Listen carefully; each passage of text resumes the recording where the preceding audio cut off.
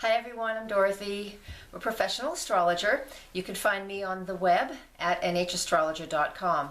So today I want to talk about May 2014. Now, we're just out of April. Boy, that was a rough month. Actually, while I'm recording this, we're right smack in the middle of the Grand Cross energies. So what I would like to focus on for you, I know I had have some battle wounds coming into May. I know you might. If you didn't, great. That was good for you. For me, I had to move through it pretty quickly, but something major came up for me. Moved through it rather quickly. I hope you did too.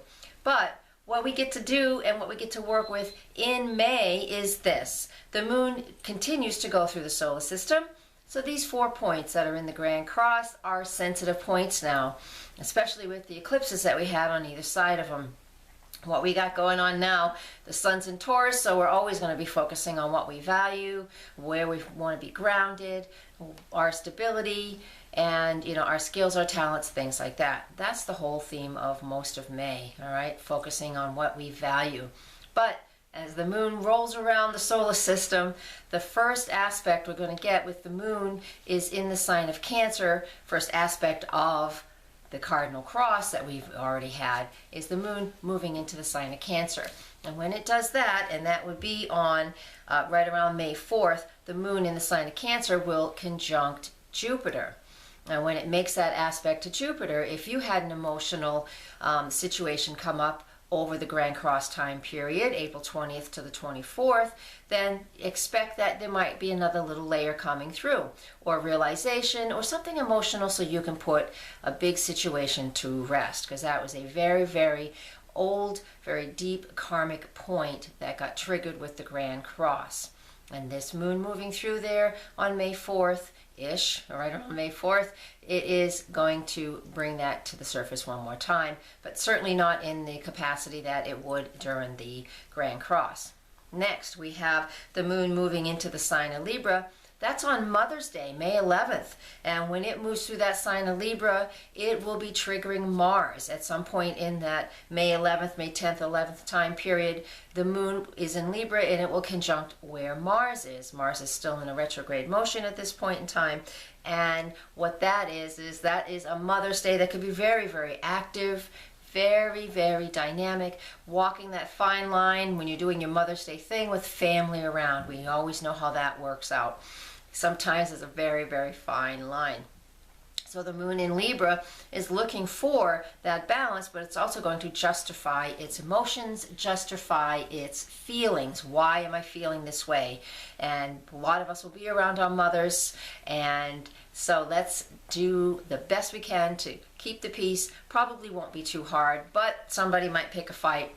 Who knows? They're going to justify their actions. That's what we need to look for and be aware of. And if you had that situation happen to you during that May 20th to 24th time period, then this can come up again, but on another level. Doesn't have to be as deep as what it was during the Grand Cross.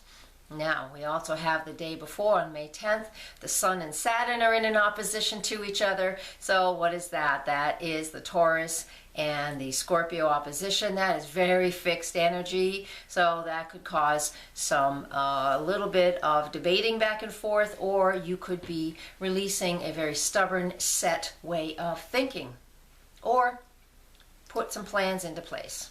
There's many, many options. Give one of those a try. Then next I want to go to when the moon goes into the Capricorn.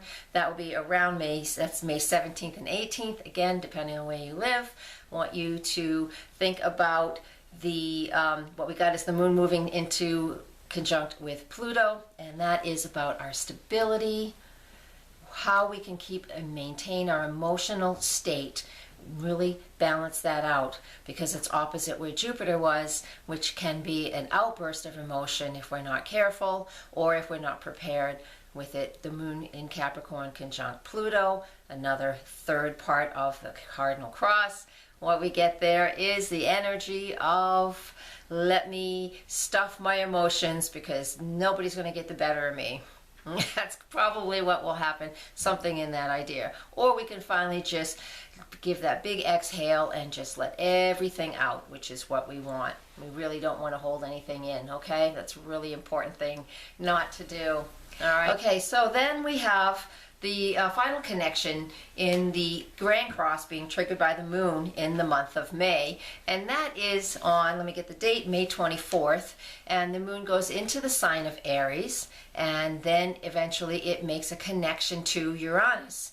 And when it connects to Uranus, what it's going to do is it's really going to bring up a lot of emotion again, because we're talking about the moon in through the signs. The moon in Aries can be very selfish. It can be very focused in on what it is that I want.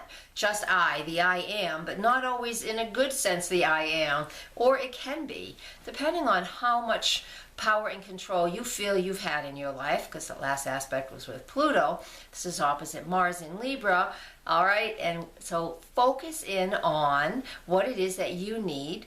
You might find somebody with a big ego, huge ego, and that could get triggered during this transit of the moon through Aries conjunct Uranus. So what we have to do is use it for yourself in the way that, you know, I want to go do this, or I want to go do that. I've never experienced this. I've never experienced that. I need to experience a little more freedom in my life.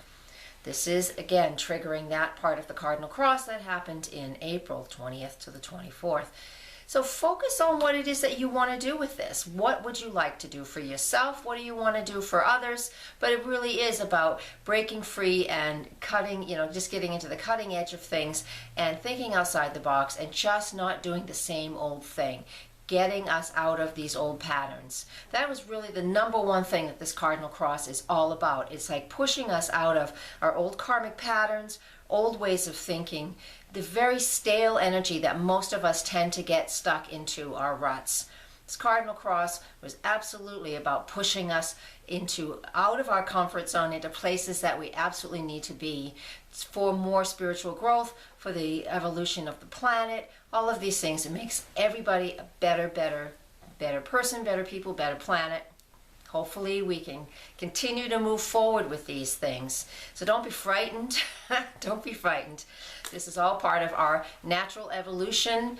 So it doesn't have to be too hard. We have some difficulties at times. Like I said, I got a few war wounds already, but you know what? That's a-okay, because it's moving me forward to where I need to be, and I hope it does that for you too. So thank you for watching. You can always contact me, nhastrologer.com. I love to hear from all of you. I do lots and lots of phone work, so please don't be shy. Connect with me if you like, and never forget to share. Thank you very much. Blessed be, and namaste.